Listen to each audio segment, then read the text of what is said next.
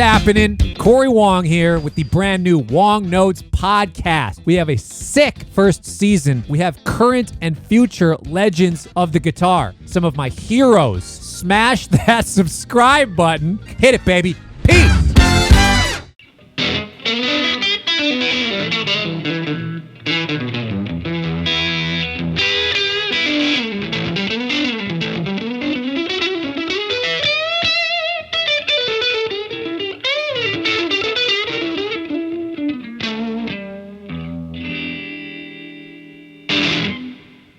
Sounds great, Eric. Hey everyone, this is Kies for Premier Guitar. We're hanging out in Nashville, Tennessee, and I'm joined by Eric Krasno, who has a long list of accolades and collaborations, obviously, with Soulive and Lettuce, Phil Lesh, Derek Trucks, the Trucks Band, 50 Cent, Emily King. I could go on and on, but let's just talk to the man himself and let's get that going. Eric, how you doing? Well, I'm great, man. Thank you for having me. I've watched a lot of the rig rundown, and I'm a fan of what you guys are doing. Killer. It's always I'm a nerd at heart, so I love learning about how people get their sounds, and I'm always studying, all these different techniques. So that'll it's be cool. Thank you for having me. Yeah, that'll be a thing we'll get into, is kind of how you're not just a guitarist. You're a producer. You do all sorts of things. So anything can influence or impact a decision or an idea that might not be related to guitar or that style of music in the moment, but I'm sure you have an encyclopedia of knowledge that you have up in your brain to use at any point. Yeah, we were just discussing this. It's like during this time, with the coronavirus and everything, it's been, of course, horrible on so many levels. But the silver lining in it for me is I've been able to kind of spend this time honing in and kind of digging various different rabbit holes to to dive into, whether it be different pedals and guitar stuff. And I'm a big synth guy, and I'm always messing around with different plugins. And so it's been nice for me to slow down a little bit. And I'm a gear collector too, so sometimes you just collect all this stuff but you don't really learn about it. So I've been kind of going through all the different things I've collected over the years and actually spending time with a lot of these things and honing in. I think one of the things as a producer that I strive for is making each sound in a recording really make sense and really make a statement. Mm-hmm. So part of that is learning all this gear and figuring out how to get unique tones that can make a recording stand out, Yeah. It was funny you mentioned, obviously, everyone's dealing with the pandemic right now. And I want to say, as someone that helps coordinate these rig rundowns we normally do, is that I want to say yours that was supposed to happen at the Brooklyn Bowl in Nashville was like the closest one to happening that actually got canceled, because I believe that you were playing the weekend to be the first show of the new Brooklyn Bowl in Nashville, and then everything kind of just stopped. And so it was like the closest one we were going to get was going to actually be you. So I feel good that we're able to resurrect this and make this happen in some shape or form as we're doing it now. Yeah, I was really sad that weekend didn't happen. And then you and I were corresponding because it was pretty much the day before that we found out, okay, you know what, this thing is really going to shut down gigs, and we're going to have to, everyone's kind of got to go home and hunker down. Because I had done a show the night before that, I believe, or the Thursday, 2 nights before I was supposed to see you in New York, and that was kind of the last show at the Beacon that I did, or anyone I know did. But yeah, like you said, that was going to be the first show at the Brooklyn Bowl in Nashville, so we were really excited to kick that off. But it looks like we're going to reschedule it, and we're all hoping that things will start to get back to normal soon. Yeah, and one thing that I didn't know, but I knew it happened, but I didn't know if it was because of the virus or it was in the works and it just kind of worked out serendipitously, was your podcast that you've been putting out as of late. Yeah, that's been exciting. I've been working on the idea of doing a podcast. Initially, the idea was to have people here in my studio, and we would kind of perform and do an interview. And a couple of them did get done before the virus hit. and we got video and stuff. But what I decided to do once I was here and I was home was just start calling people and doing it remotely, which actually worked out well on a lot of fronts. People seem to be really comfortable doing it from their homes or from their studios, and I was able to get a lot of my music friends that oftentimes are on the road constantly, you know, like Derek Trucks and Dave Matthews, John Mayer, a lot of players that are really hard to nail down, even though they all were interested in doing it, were able to do it because they were home. Yeah. So it's been a cool experience, and in that time I've been able to kind of hone in on it a bit more, which has been good. So I've done a lot of interviews in the last couple of months. We got John Schofield and Marcus King. It's been fun for me to really learn from all of these people. It's not just for everyone else. I actually really learn a lot from talking to all these great artists. So it's been fun. It's been great. I can relate from being on this side of the microphone, Right. which you're now on. You kind of almost use them as a osmosis type of, like, obviously you're going to get the words and the phrasing they get out of there, but like almost just being around that person or speaking with them or corresponding, you get that extra absorption of their personality and what they're trying to pass along. Absolutely. And also, you know, when I've hung out with a lot of these artists and met them, but for example, Don is a producer and one of my like heroes, and he spoke to me for like 2.5 hours, and I got to ask him all. It's kind of like creates this forum where you get to ask all these questions that you wouldn't necessarily ask if you're hanging out at a gig. You know what I mean? Yeah. You get to dig deeper. Like, what was it like working with this guy? How did you meet that guy? And I talked to Questlove for a couple hours about the Roots and how he formed the Soul Aquarians with D'Angelo and all that stuff, and I'm a big fan of them. And so I'm a fan and a music lover kind of first and foremost. So I love learning about that stuff about all these stories, hearing these stories and learning about how these different artists have kind of, you know, built their careers and everything. Well, one last thing before we kind of get into what we're supposed to be talking about here is gear. But recently you moved from Brooklyn and New York, where you've been for years and years, to LA. And was that a financial thing? Was it more of you wanted to go on the separate coast? Or was it more of like the things that you were doing and the opportunities were more open to being out in LA and California? You know, I always wanted to move to California. It was just something that had been on my mind for a long time. And there was I had a studio back in Brooklyn, and there was kind of a time period where that was getting taken over and switching hands. And I was visiting out here a lot because my brother had moved here and his family. And a lot of my friends are in LA too, and also I just wanted more space. Yeah. And I'd been living in an apartment for a long time, but had a separate studio space. And then being on the road and maintaining the studio, it just became a lot. So, I always had in my mind I want to find a house that I can either build a studio or has a studio. So I found a house, and my landlord who rents me this house, he's a film score guy, and he had built this beautiful studio. So when I saw this house, it kind of was like, okay, I think I found where I need to be. So it's been wonderful, man. And honestly, during this time with the weather and having outdoor space and having my studio space, I'm really happy here. And there's things I miss about New York, but I travel, or, you know, before this virus and after the virus, I travel so much that I get, you know, even when I moved here, I'm still back in New York a lot, and it's just nice to have a home base here where I have some space. I can have my instruments around. I find myself playing a lot more guitar because I'm like messing around with different things, and it's just nice to have a space. Like I'm right now, I'm in my flip flops and my shorts, and that's pretty much how I always am now. When I was in New York, that you would never see me like that. So it's nice. It's nice. You're full on beach bum. Basically. Well, you brought it up, all the guitars behind you, so let's get down to business, Eric. I think the most appropriate spot to start will be, you know, your longtime association with Ibanez. I've seen you with the AS100, the GB models, and obviously you've got a signature model finally. Or not finally, but you've had It's it. actually right behind. It's here, I'll grab it.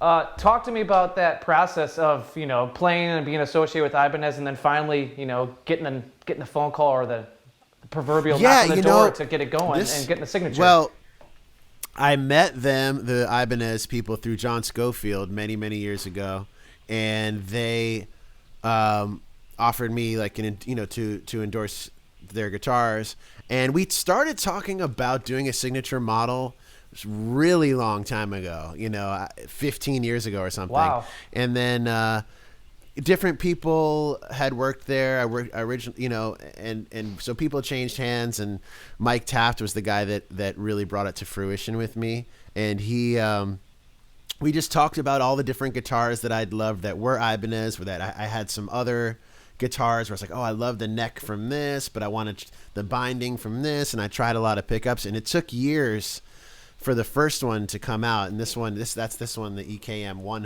100. And then over a couple years after that, and it's been out a while now, like 7 or 8 years. And then we created the next model, which is the EKM 10T, which has the Bigsby, because I actually modded this one and added the Bigsby. Okay. And then they were like, well, why don't we make a model that's a little more affordable, and we'll put the Bigsby. The Ibanez started making their own Bigsby, so they made that model, the EKM 10T, which is like more affordable. But what was cool, it was a great learning experience for me, because I got to learn, because when we first created the EKM 100, I didn't realize how expensive the guitar was going to have to be, because I was like, oh man, I really want that. I want this. I want that. I want this. And so once we made it, it's a beautiful guitar, but it was a little bit hard for like the normal hobbyist to buy it. So it was important for me to also make another one that was more affordable and more around $1,000 or maybe less or whatever. Yeah. So learning about how to cut certain corners while maintaining the quality was a really cool learning experience for me. And also just seeing like how they make them and how the whole distribution process. And now I'm working with Mike Origo over there, and we're actually working on a couple new ideas for the next evolution of a model, or even a couple, which might be smaller, lighter. And so we're nice. It's been fun working with them, and I love that they get excited about things I get excited about. Like I said, at my core, I'm a nerd, and I love learning about all these things. It's been.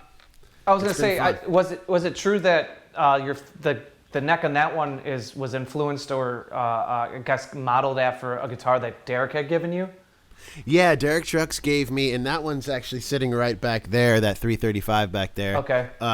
And he gave me that guitar after we had done a session down at his studio, and I loved it. And he was like, he hadn't been playing it, and he heard me playing it. He's like, oh man, you sound great on that guitar, da da da. And it was like a thicker, big neck, and I'd never been a guy that gravitated towards the bigger neck like that, but for some reason that guitar really spoke to me.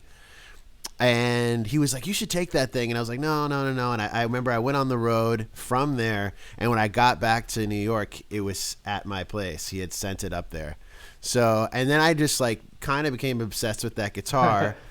And as we started developing the Ibanez model, they, were intrigued by that guitar too, because I was like, man, I want my guitar to feel as good as this. Yeah. Yeah. And so that's what we did. And we put, I hope I don't get in trouble for saying this, but we actually like sent it through these laser machines and to get the dimensions of that neck, but then to add it to this guitar, and then tweaked this guitar to kind of combine a lot of the different elements that I wanted to be in kind of my ultimate guitar. And again, this was, as I was touring with Soulive, and then, in more recently, I've also been playing like the Silver Sky, which is, kind of brings me back to my original Strat roots. So I'm kind of jumping around, but this is definitely like my go-to for Soulive, and it's cool because I can do like the rock and roll thing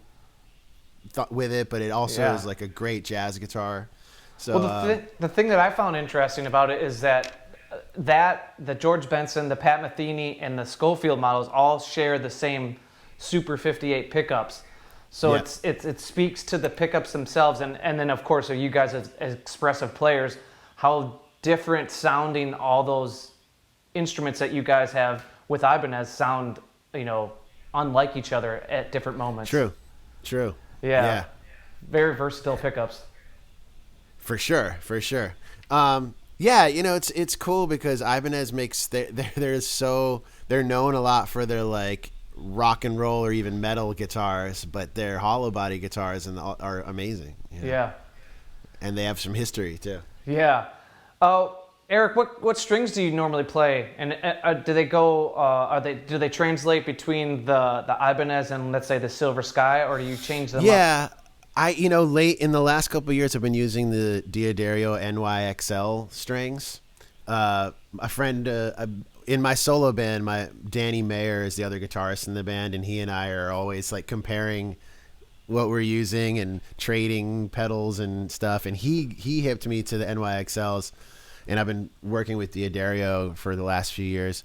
So yeah, I've been using the 10s on the Silver Sky and 11s on my guitar. And then if I'm playing like the GB model or some of my other bigger hollow bodies, I'll use 12s and use flat wounds. I use labellas for flat wounds. And on my bass, I use the labella flat wounds, and those I pretty much don't change for years. The NYXLs, they last actually a good while, but I don't. Some people change their strings like every day. Mm-hmm. I'll go a little bit longer than most and clean them and stuff. But the NYXLs I love. Is there anything besides maybe obviously the tone that flat wounds give you, but the string tension or the scale length? Is that why you go with the different gauges? Yeah, with the Silver Sky specifically, the 11s didn't work on it for me. The scale length with the 10s just had a sweet spot, and that's one of the things I love about that guitar. It's got this. I had never played. It's got like a 7 1/4 radius, I think, which I had never like paid much attention to what that meant. To be totally honest. And like those early 60s Strats always had a thing for me. When I was playing with Phil Lesh, Ross James, the other guitarist in the band, Phil had gotten him like a 64 or 63 Strat, and I remember playing it being like, oh my god, like this radius feels so cool on this guitar. Like I wouldn't have done that on a hollow body, but something about playing it in that upper register had this singing vibe to it, and it was partly the radius, the scale length, and the Silver Sky nailed it. I mean, they really did an incredible job, kind of recreating it and building on that idea.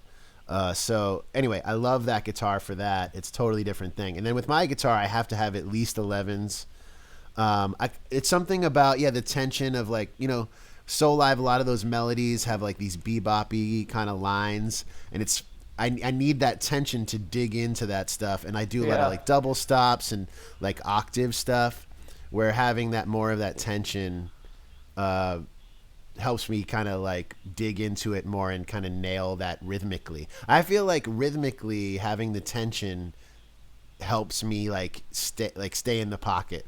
I don't know why, but if I want to like rip and like do more bending and then like the 10s on like a Strat or on the Silver Sky really make a they sing.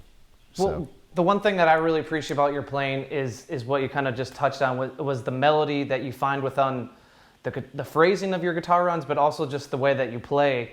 It reminds me, and I think you've said it yourself, was that like Stevie Wonder vocal lines can really be persuasive in how you specifically approach guitar. And I know that you guys, Soulive, did that.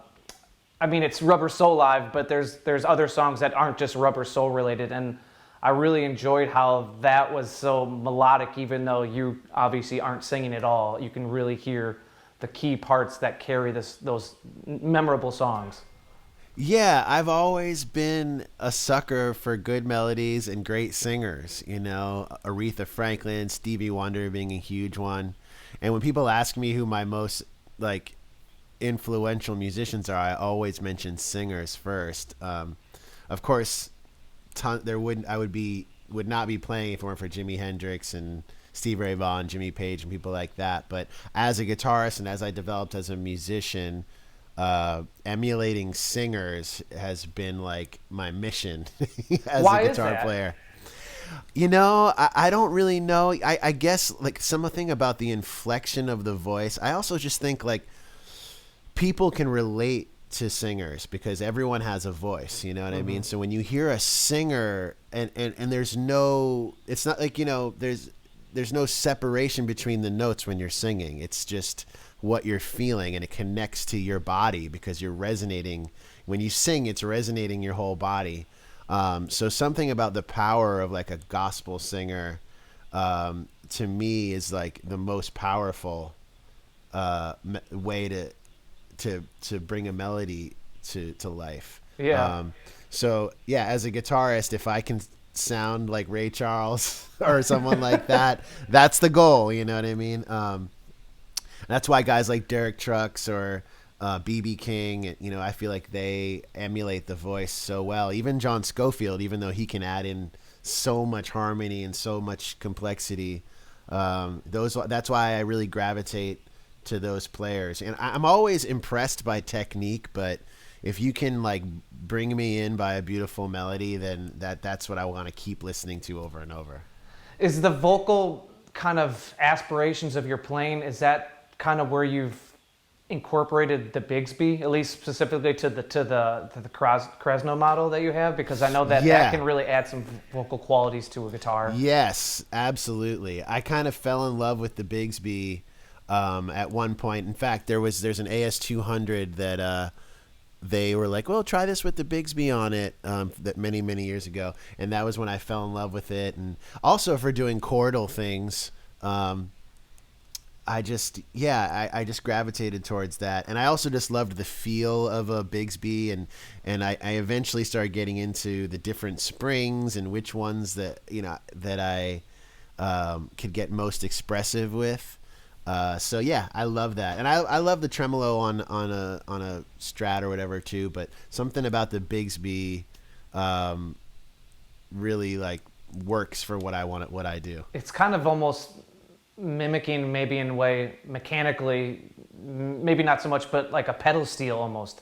Pedal steel has that real vocal nature. Yeah, I've always wanted to play pedal steel. I'm not great. That's maybe if the quarantine ever happens again, which I don't want it to. Yeah. But if it ever happens again, maybe that'll be my project. Oh, geez. But, yeah. That'll be hopefully that'll be a long one, not in that case, but man, just to give you I time. should not be speaking those words, but yeah, that would be a project that I would love to delve into. I'm also, you know, wanting to learn slide better. You know, it's like it's hard when you've got people like Derek Trucks who have truly mastered it. But and I do it a lot actually on recordings, and even with Phil and friends, if I'm trying to fill out that sound, you know, because there was pedal steel on some of those old recordings, I'll play some slide, but I'm by no means a master, not even close. but it's fun. I love using the slide on recordings, and I will do that quite a bit. I mean, it's a texture. It might not be a thing that you're gonna, you know, be known like Derek, obviously, but it's a texture that you can use to color in spots. For sure. Well, the one thing another thing that I appreciate about you versus a lot of guitarists that we'll talk to is that you're looking, and even if you're not specifically saying it, Eric, is you're looking to push the instrument forward through like the work that you've done solo wise. I really appreciate how you're combining electronic music, whether it's through synth loops or the collaborations you had with Grammatic. Like, how do you do that and balance still like your roots of being a rock guy? You said, you know, you got Hendrix and Page flowing through your veins, but you know that there's more modern music out there, and why not have like a symbiotic relationship with the guitar? Yeah, you know, to speak to the first part of that question, I think that's a work in progress of how to incorporate it together, and I think that's like kind of been a really important piece to me as an artist, and you know, my attempt to evolve as an artist is trying to tastefully combine all the things that I love, because I have a pretty wide range of tastes in music. So like I grew up listening to Led Zeppelin and Hendrix, but I also loved the Beastie Boys and Run DMC, and started making beats at a pretty young age, and learning about programming. I've always had gear and been obsessed with gear. I've always been recording and producing music since before I even knew what that was, whether it was a four-track tape machine that evolved into Pro Tools, and I always had a drum machine, and I always was trying to collect synths and things like that. So I've always been into that. When Soulive started, I had a long period of time where those worlds were separate from me. I was like producing music and making hip hop music, and Soulive was just a whole different thing. And then as I started to create like a solo career and making my own albums, I started creeping in more and more of like what I was doing with other people already. I was already producing, and I'd produced records with a lot of different hip hop artists, Talib Kweli and 50 Cent, and worked on a lot of records in different worlds, Modest Yahoo, and done reggae and pop music. So with my last album, which is called Telescope, I put that out under a name Kraz, because I kind of created the whole animation world. It's really like an art piece that I made music for.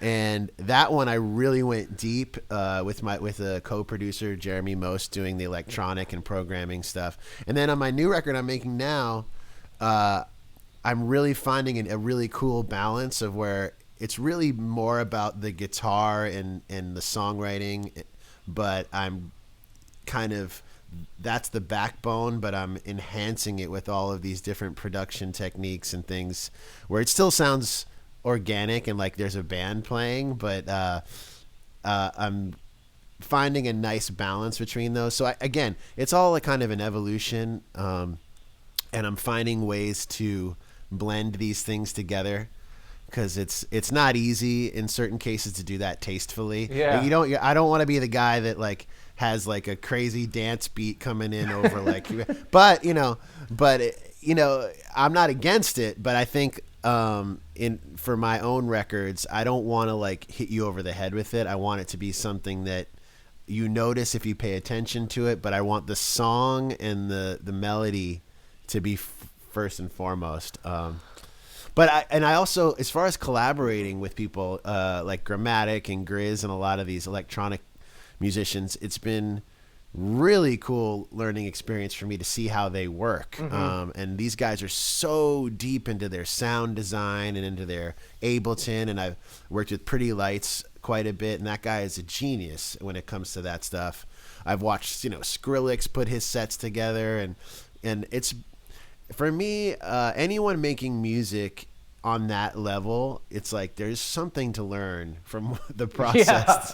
So, you know what I mean? And I've like, even when Soulive first started and we started working with engineers and producers, I always had my eyes on what they were doing and trying to absorb all of that. And I try never to lose that. I whenever I'm working with an artist or a producer, an engineer, I'm trying to learn what I can, from them. And the same thing with Derek Trucks as a band leader. When I was in his band playing bass for a while, I learned so much working with him, working with Kofi Burbridge, and I work with Oteil Burbridge too. So, anybody, Schofield as well. All of this, the chance to work with any of those guys, no matter the genre, when they're at the top of their game like that, I feel like there's just a lot to learn, a lot to absorb. There's something to gain. I love the juxtaposition, even just the first two songs, Waiting on Your Love, and the next song, which that song kind of reminds me of like Black Rock, that album that Black Keys did with all the hip hop artists. Oh yeah. And the next song, Jezebel, is like just a straight up stomper. Yeah, that was that's from the Blood from a Stone album. Yeah, that album was really fun to make. It was my first time really singing lead vocals, and I'd been writing songs with a lot of people, so it was interesting just coming out front and learning where my voice works and doesn't and fits. And But yeah, I loved making that record. I made that in a barn with a bunch of my friends, basically, and we originally intended on those songs being demos that we'd eventually record in a studio. But we loved what we got. We used like a 8-track tape machine, and I ended up dumping it to Pro Tools to mix it and to overdub. But it was a cool project because there was no pressure when we went in there. We were just kind of vibing out and writing songs, and that became an album. So that was really cool. And then since then, I've really worked. When I made that record, I kind of thought, oh, I'll sing a couple songs and then I'll have other singers and whatever. And then the guy who I was working with, Dave Gutter, who was helping me write the song, said, man, no, you just have to sing this. You're going to be the artist, da-da-da. So once I kind of owned that, we toured behind that record for a couple years. So now I'm way more confident and way more comfortable doing that, and being the front guy and being the singer and being the band leader. So I feel like that album was a really cool experimentation. And then now I'm like, okay, I'm way more confident, and at a place where I can like come into an album with a little bit more. Every album is like a step, in the evolution. So I feel like that record and that tour built a foundation for me to actually like be an artist myself and not just a band member. During the recording of that record up in Maine, did you have an amp in a garage next to a motorcycle? Yes, you heard that story? Yeah. Yeah, in fact, I have that amp in the other room. It's a 69 Vibrolux, and we just had it dimed, like just and we had it the half of that garage was like a motorcycle shop. So yeah, it was like under an old motorcycle. And that session was so cool. Shout out to Ryan Zoidis, who is the sax player in Lettuce, and he was the guy that was like, "Hey man, because they had this barn space that they had some recording gear, but it wasn't really equipped to make a record, So we were like, we started going. He knows everybody in Portland, Maine, and Dave Gutter were the two guys, and we went around and found a tape machine and got all the mics and cables, and I had my amp with me. But it was funny because we kind of got the whole town involved. Like, you bring a mic over and you bring these cables and you bring that. It was supposed to be like a writing session, and as we got into it, like, man, the vibe is great. Let's just make this the record.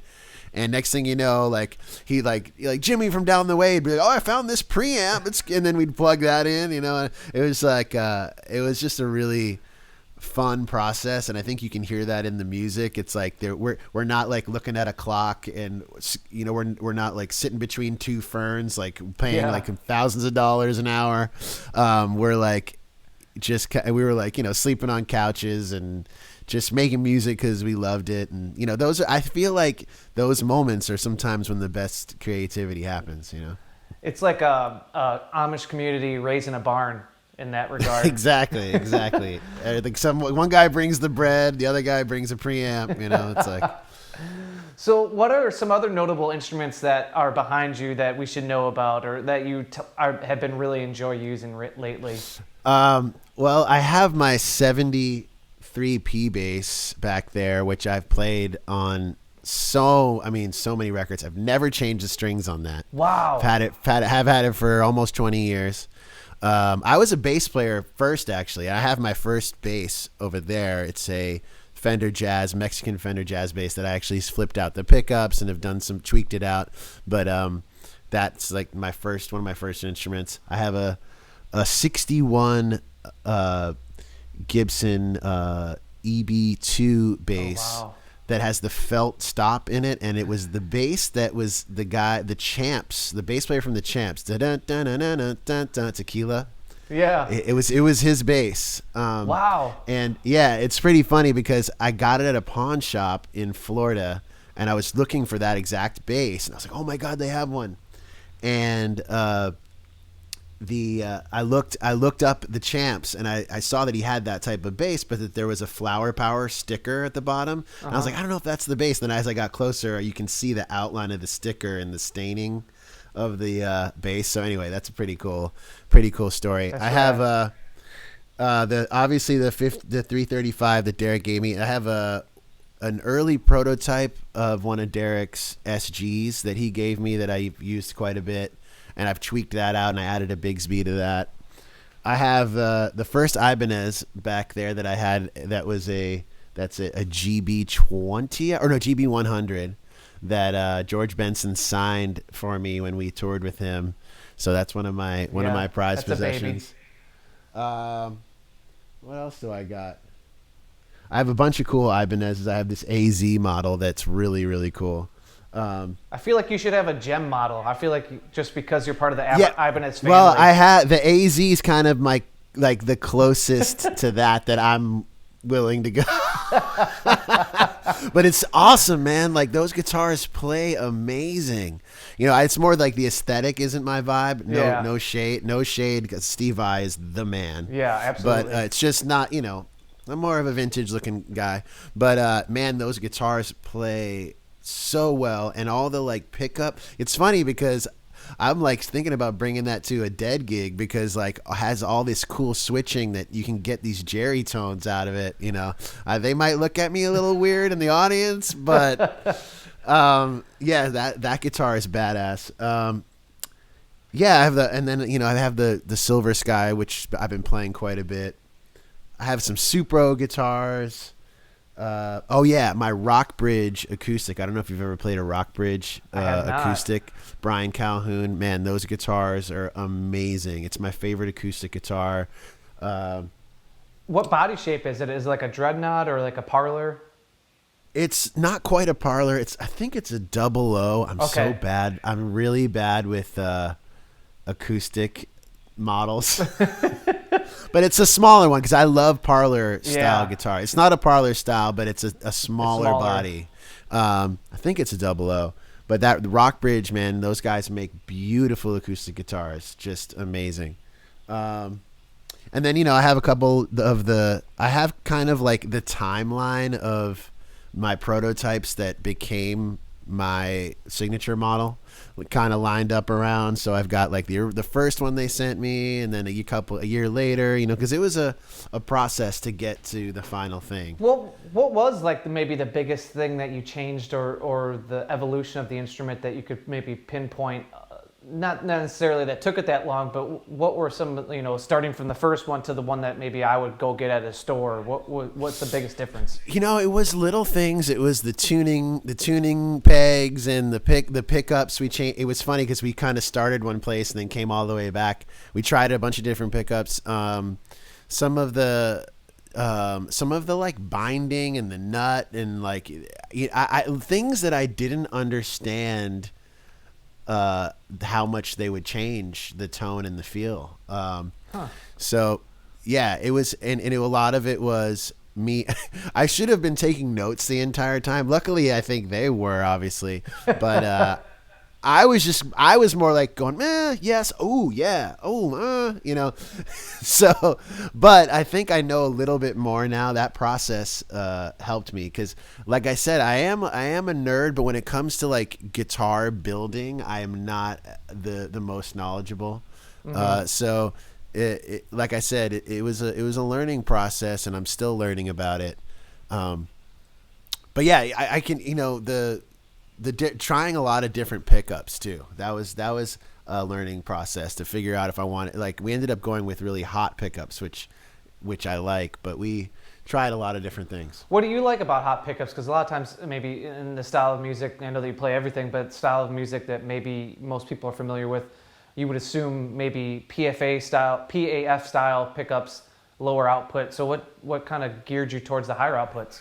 Maybe it was because I like the way it pushes the amp, and I like, one of the things actually that I learned from playing with Derek too is I like that using the volume knob to change kind of my gain structure. And I like being able to have it, when it's hot, and I can actually adjust it a little bit and get a lot of different tones just from my guitar plugged straight into an amp. So I like that aspect of it, that like I can get like 3 kind of different sounds just by adjusting my volume and having the amp kind of hot. And then you're using the amp rather than an overdrive pedal. So I like that aspect of it. Yeah, I don't know. I've always liked like a really sharp sound, you know. And I like to go between the two. So you'll hear like when Soulive, when I hit like the bridge pickup and I'll crank it, you'll hear something that sounds more like Stevie Ray Vaughan. And then the next song, I might be like playing octaves on the neck pickup with my volume down, and it sounds more like Grant Green. Yeah. I think it's partly my schizophrenia as a guitar player, because it's like I love hearing like Albert King style guitar, but I'm also a fan of Benson and Grant Green and all that stuff. So like, you know, it was because especially during that time I was making that guitar, I was on tour with Soulive, and we were going between those different things. We were making like psychedelic rock music, and then we'd go straight from that into like playing like some like soul jazz that sounded like from the 60s. So I think the ability to do both those things with one guitar was the goal. Yeah. Cool. Well, the one thing I'm glad that you're here safe and sound in LA is that a lot of the times of videos I've seen of you doing in Brooklyn were with amps or without amps, really. And so now we can talk about and hopefully hear some amps that you're actually digging and actually can plug into in your home and studio. Whereas before, it had to be very quiet. Yeah, you know, there was honestly so long where, and it still happens where I'm doing fly dates where it's rental gear, you know. So here I have all of my amps, and yeah, when I was in my Brooklyn apartment, I couldn't have any of them in there. Yeah. So yeah, I mean, having this studio and being able to actually plug my amps in, it's been great, man. But I also have been using this Universal Audio aux unit, which is so cool. So I have, like, for example, right here I've got a Supro Statesman head, which is kind of like always right next to me, and then I have the aux on top of that, and so I have that going, you know, modeling, because the aux models all different speakers and stuff like that. And I do have speakers in the other room here in another room, but what happens is if I'm flipping through sounds quickly, the aux is so cool because you're eliminating so many different things. The cable, that has to go in that room, the mic that has to go in that room, the speaker, and then all the different cabling that's happening between these different things, and then the mic, and then the preamp. So, and it sounds so good that it's just been so great, because there's so many problems that can happen between all of those different cables and inputs. So what I'll do is I'll bring my different amps in here and try them out through the aux, and then occasionally I'll still put a speaker in the other room and mic it that way. But I have a Mesa Boogie Fillmore amp I've been using a lot lately, the little guy. I have a 65 Super that is my go-to gigging amp when I'm bringing in my own amp. Did that get ripped off from Derek? Because I know Derek's a big Super fan. Yeah, I got one of those from him too. Actually, George Alessandro brought a couple amps when we were playing the Beacon Theater, and that one like sang, because there would be times where I'd play guitar as well, and that night I think I played guitar and I played through that amp, and I was like, man, this thing is magic. And originally I think Derek was gonna take it, and then he said, no, you should take it. And that's been my favorite amp ever since. So that thing also on, and sometimes, and I mean, that sounds so good through the speakers, but if I'm in this room, I'll just run the speaker out into the aux too, and it sounds killer. That's a handy tool to have. Yeah, for sure. And what I know that you you mentioned the boogies. I know that you had the jazz chorus for a while, way back when, live. Oh yeah, way back, yeah. And then you kind of went to Fender combos for a bit, and then you ended up kind of getting to the Supro family. I remember you had, was it like a Jupiter and the Tremoverb? Yep, I've used those a bunch. I'm always moving around when it comes to amps. And partly that is because I'm always in different backline situations and stuff. Yeah. But I've also toured with a lot. I toured with one of the early Mesa Lone Stars. I had like a 112 Lone Star. I still have that. It's a killer amp. So I used that for a while. I mean, if it's a vintage Super is gonna be my go-to if that's possible. If I and especially if I have my own. What do you look for in an amp, or like even if it's just bare bones in terms of like fly-in date? But like what do you need from an amp? I want there to be. This is such a broad statement, but it's got to have a vibe. Like I've got to be able to plug. I've got to, ideally, and I always bring my little fly board. And in certain cases, I'll rely on what I can get out of my board. But ideally, I mean, a great Super, and you put that on like 7, and like I said, then you can you can use no pedals and be very happy. And I'll know within a millisecond if an amp's going to be great, if I'm going to have a great night. I'll plug in, put it on 7, turn it on, and if it has that sing, then and I wish I could say more technically what creates the sing that I'm talking about, but I want, and it's also like with a Super, it also depends how large of a venue that I'm playing, but a Super can usually do the trick. But I also like this Fillmore 50 has a great vibe. I've been backlining those for like for gigs too, because I like that you can adjust the wattage, so that amp's versatile for different rooms, because there's also like if you're playing with certain people that don't want you cranked. With Soulive, I know that we're gonna be loud, so that I can use a bigger and I can turn up. So I just like there to be a vibe. I'm a big reverb guy, so there's got to be spring reverb. And that's basically it. I also like simple. I don't like a lot of knobs to navigate. Well, the Fillmore 50's got a lot. I mean, it does have a lot, but for Mesas in general, it's pretty simple. I'll give you that. It's just because it has basically a whole set of knobs for one channel, a whole set for the other. But like the Supro I'm using here, the Statesman, the left channel, the channel 1 is the Thunderbolt channel, and it's literally volume tone. Yeah. And that's it. And like I get a twin. great, I get a great sound out of that.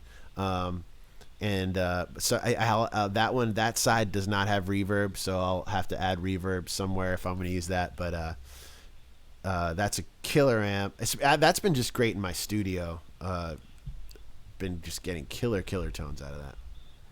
Killer. And well, at this point, I think it's time to talk about some pedals. And I know that you've mentioned you got the fly rig, you got I'm sure all sorts of stuff in your studio. But I think before we started filming, you let us know that you kind of compiled maybe what you've been using or would use. So let's go from there and tell me about what's kind of the bird. So I've got like the classic Crybaby, the MXR. Super badass Variac Fuzz. I love that pedal. Eric, could we have you play some and just so yeah. Dude, I love how you pair that Variac Fuzz with a phaser pedal. That's like one of my favorite. And right now I'm using this pedal. It's called a God Vibe. Have you ever heard of this? Never. There's a guy in Japan. That's a great name. There's a guy in Japan that makes this pedal, and I think this is what he finds old Univibes, original Univibe pedals, and is able to take the insides and scrunch them into this smaller pedal. And I'll post I'll send a picture of that too. But I've got my Crybaby.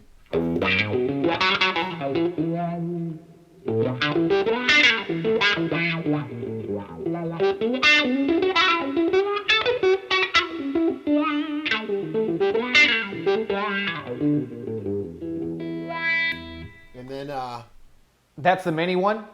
That's actually like the basic.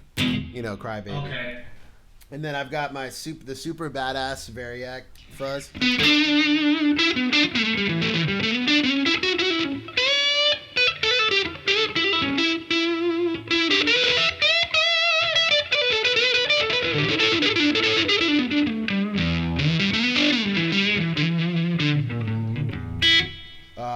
Love that pedal. Yeah, that sounds great. Yeah, that thing. It has the Variac, which changes the voltage on it, and that seems to really makes for some really cool tones. And then this one's the Supro drive pedal.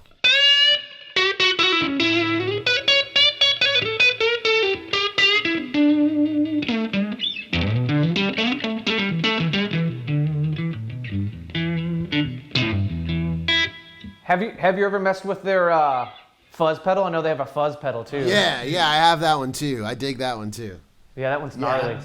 I'm kind of always switching things around, so it's really just based on the day. I'm like, okay, today I've got this one in there. Yeah, I know that you have so many gigs and so many different shows that you'll play with so many different artists, but is there a pedal that goes between all the gigs and all the bands? Yeah, I would say the King of Tone pedal, which is by Analog Man, which actually randomly is not in this board right now, but I pretty much always take that one with me. So even, also if I'm sitting in with a band or something, I'll just have that in my gig bag. So yeah, I love that one because it gives me a few options. It has a clean boost or not even clean, just a boost and then an overdrive. And I just love, even just having it on with not a ton of drive just gives a certain warmth to my tone. So Eric, what's going on in the beginning of Torture? I love the kind of the chaos. Yeah, man. I think that is, I can't remember what I used, but I know that's that Vibrolux amp just dimed. And I think I probably had some sort of fuzz pedal. I wish I could remember. I might have had this old fuzz face, but yeah, I remember I dug the tone on that song for sure. Do you have your TR2 on your board? I know you're a big fan of tremolo. Yeah, I've got that right here. I don't that one. It's just I've tried so many different tremolo pedals. That one just does what I want it to do. It's just some Boss stuff. It's just tried and true, Yeah. So I've got that on there right now. In fact, that with the fuzz combo is really...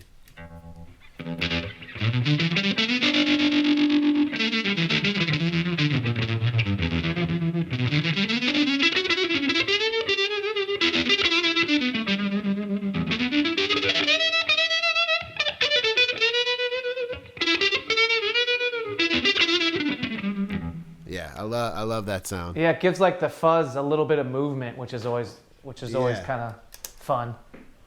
And then I have this true spring.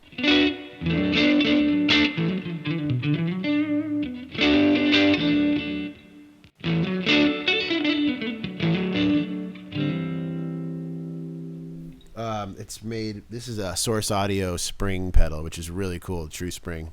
Yeah.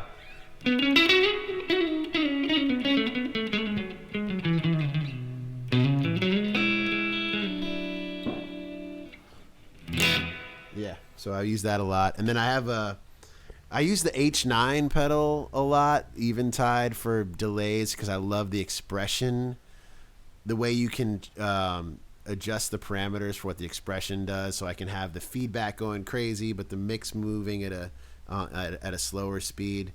Then right now I have the Ecolution Pigtronics pedal that actually Dave Coltai and I went in and kind of programmed some similar sounds to what I had going on with the H9 because I was wanting to use the H9 for the Leslie sound at the same time. So right here I've got the Ecolution with the expression pedal, which I'm not sure if I have it set right now, but so I can have it freaking out and then I can pull it back,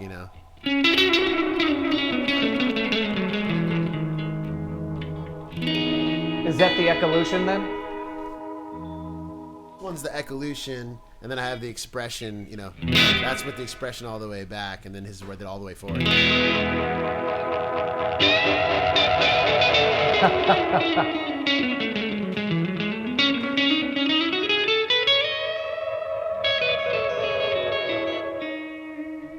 Which is fun because it's like, you know, if you, especially with like Grateful Dead music, if we're doing these long improv kind of weaving sections, I'll use that expression pedal to kind of like accentuate certain licks. But you know, it's just fun to. I love having a delay with an expression, so you can pull it back, and it's just like kind of a slap back. And then as I'm like getting into some more lines.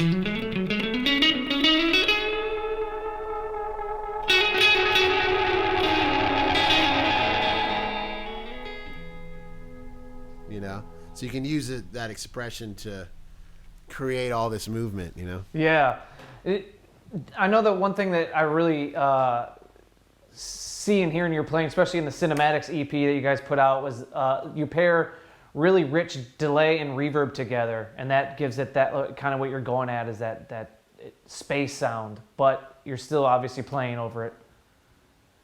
I love how you paired the reverb and delay. Yeah, I love like creating that space, you know, especially when you've got like a pocket drummer, you know, holding down this groove that everyone can move to. Then like creating these different soundscapes over that, I feel it's a nice juxtaposition, you know. Killer. What else you got on the board? I have my basic Boss tuner, and I have that God Vibe pedal, but for some reason it was plugged into a weird outlet and making sounds. But it's a Univibe, and then I have an Infinity Looper that I kind of use a lot. Actually, this guy from Mobile, Alabama, made this. It's a clone, which is like a killer sound. I have the H9 pedal. And then this Rotatron, like Pigtronics pedal, which I use a lot in the studio. I'll use it on vocals. I'll use it on all different things. And then I have my flyboard, which is pretty much all MXR mini pedals. I love they make killer mini pedals, man. Like they have the mini carbon copy, the mini Phase 95, the classic 108 fuzz, which is awesome. The Sugar Drive. And then I have the Trellicopter, which is made by Moore. Which is just like a tiny little... it's just from my flyboard, you know, I want to have it all like in that... Man, that's a lot of pedals. It all fits, it fits in this tiny little... You know, it's right here. That's all right here. And then I have a Holy Grail. That's a lot of sounds. Grail. Yeah, I mean, to fit in here, and then I put this in a tiny little, you know, tick, in that little tiny mono case. I mean, sometimes I'll fly with my bigger board too, but it's nice to be able to, especially if I'm taking two guitars, because there's been recently where I've been taking this guitar and my Ibanez. So I'm taking both of those and this. It's, I mean, you know, then it's just easier to go with this rather than the big board. And then I have this little guy, which is people always laugh at me for having this tiny little wah pedal, but I love it. It took me a minute to figure out where to put my foot on it, but it sounds killer. I mean, it's pretty much the same sound. It's just getting used to the action, you know, of it. One thing that's I would like to ask is as yourself as being a producer and work with so many artists, do you think you're a harder producer on yourself than you are with other artists? And how is that like to produce and be like that on yourself? Yeah, I think I probably am. You know, it's funny because I have an easier time producing other people. You know, like when I do my own stuff, I actually like to have a co-producer because it's hard, especially if I'm doing a lot of the instruments myself. It's like kind of like you get too inside the painting and you need help with perspective and getting a look at it from further away. You got to see the forest, not the trees. Exactly. But yeah, I find it hard. I do find it hard to produce myself.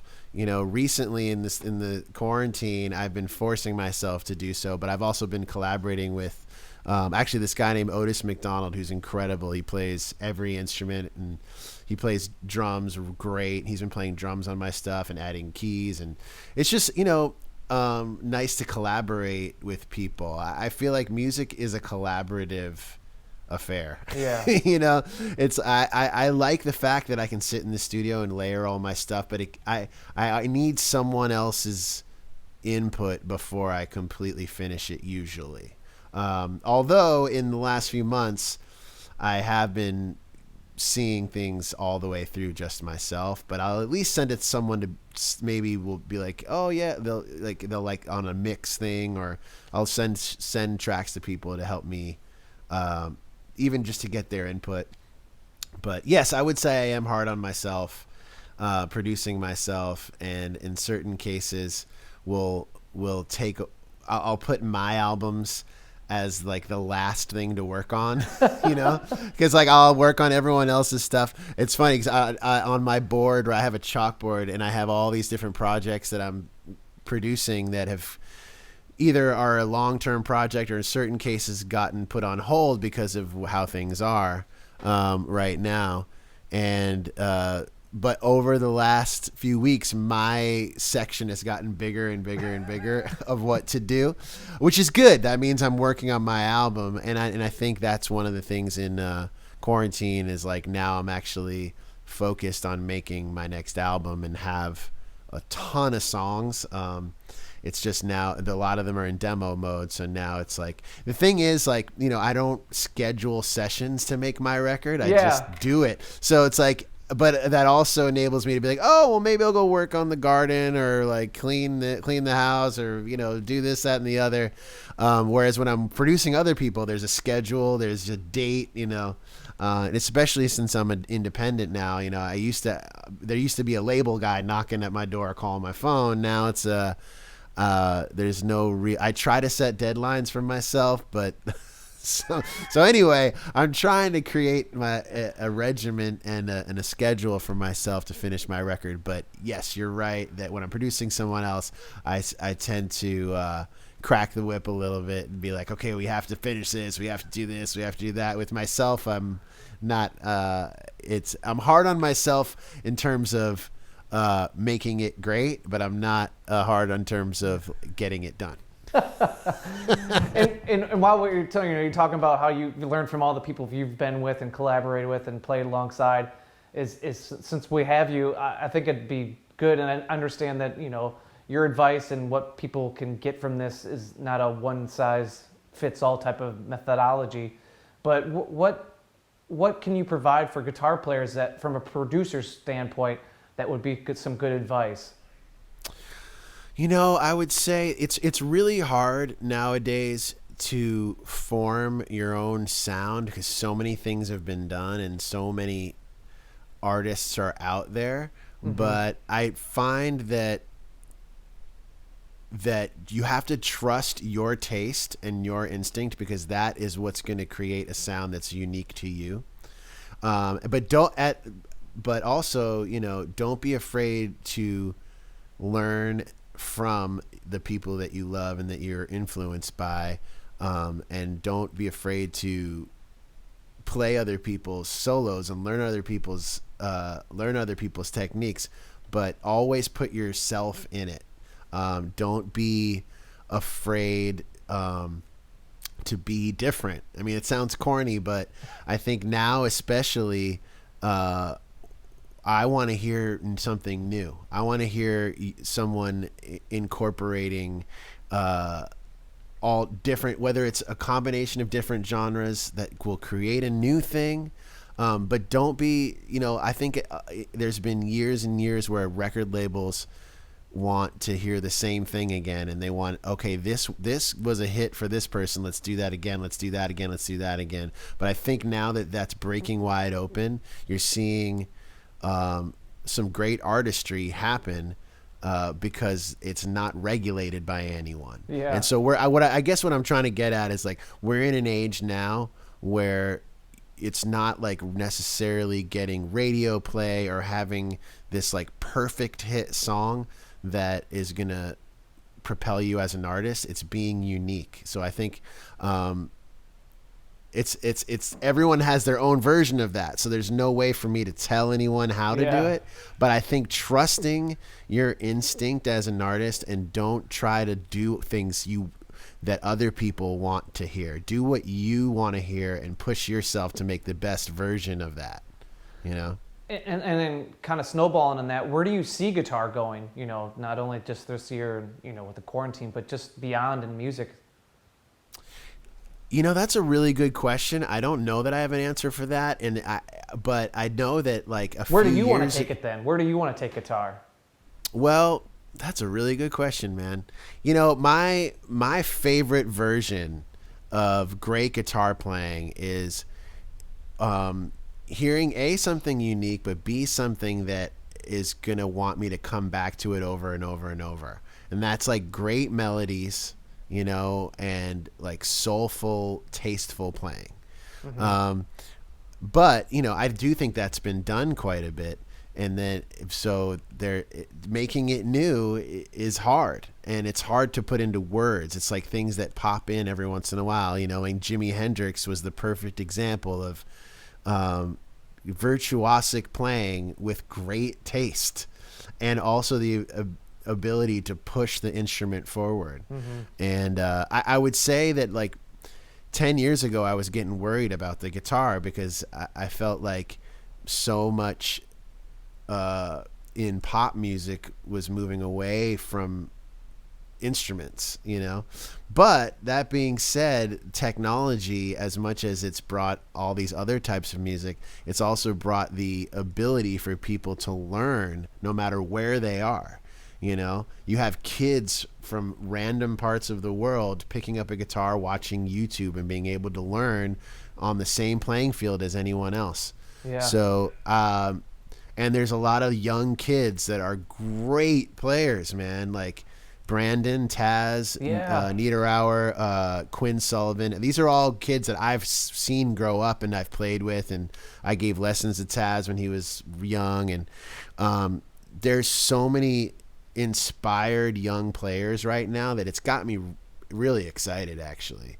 Where I think there was a time where I was worried about the future of the instrument, whereas now I think actually people want to play more. And I have hopes that the silver lining in this quarantine is that we come out the other side with more artists and more people like diving into their craft.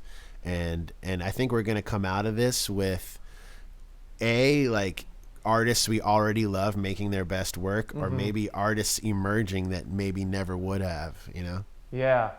And if you can divulge information, obviously there's some reasons that you probably can have to withhold some, but what about you specifically? What are you going to be working on the rest of 2020? Oh man, I've got a bunch of projects that I'm working on. I have my own album. I'm working with an artist named Sun Little on a project, which I love. If you guys haven't heard Sun Little, he's an amazing singer-songwriter, player. I'm working on some stuff with Ziggy Marley. Oh, cool. That hopefully will see the light of day. And I'm a huge fan of his, so that's really cool. Working with an artist named Cat Wright that I'm producing. Another guy named James the Eighth, amazing guitarist and singer. So there's a lot of stuff cooking right now. That and your podcast. Oh yeah, obviously the podcast has been a huge thing for me lately, and something I've been diving into. So I'm excited to see where that goes. In season 2, we're in season 1 now. Season 2, I'm hoping to incorporate more live performance, where the artists can come to my studio, we can perform together, talk about their process. So yeah, there's a lot of interesting stuff happening. I actually have a song coming out on June 19th as part of an organization called Song Aid, where Carlos Santana actually submitted a song, and Tom Morello and a bunch of really great artists are involved in that.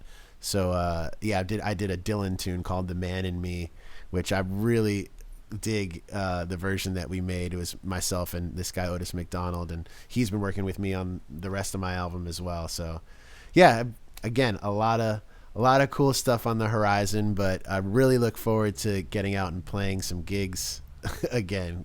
Yeah, I love being in here, but being with people is important. You were telling me before we started rolling that you think this might be the longest you haven't played any live shows or been on the road for 20 plus years. Yeah, I haven't been home this much in, I would say, 20 years. It's kind of crazy. But, to be honest, like in the last year or two, I've been saying like, man, I really would like to spend some time at home and spend some time in my studio. Of course, I didn't expect it to be without other people here. Yeah, or but, forced. yeah, but again, like I wouldn't have wished this situation on us or anyone, but my positive takeaway is that I'm learning a lot more about my craft and working on my craft, and I'm making an album that I'm really excited about, and a lot of these things that I wouldn't have done otherwise are coming to fruition. So I'm thankful for that. Well, real quick, while I have you, just made me think, where's the evolution of Eric Krasno, the solo musician, going from the record, because of the Kraz record in 2019? Yeah. So where do you, if you could tell us, what's I'm really excited about this. I think when I found Otis McDonald, who I'm collaborating, I had a bunch of songs written and I was happy about, but I was like, okay, how am I gonna translate this, especially in quarantine?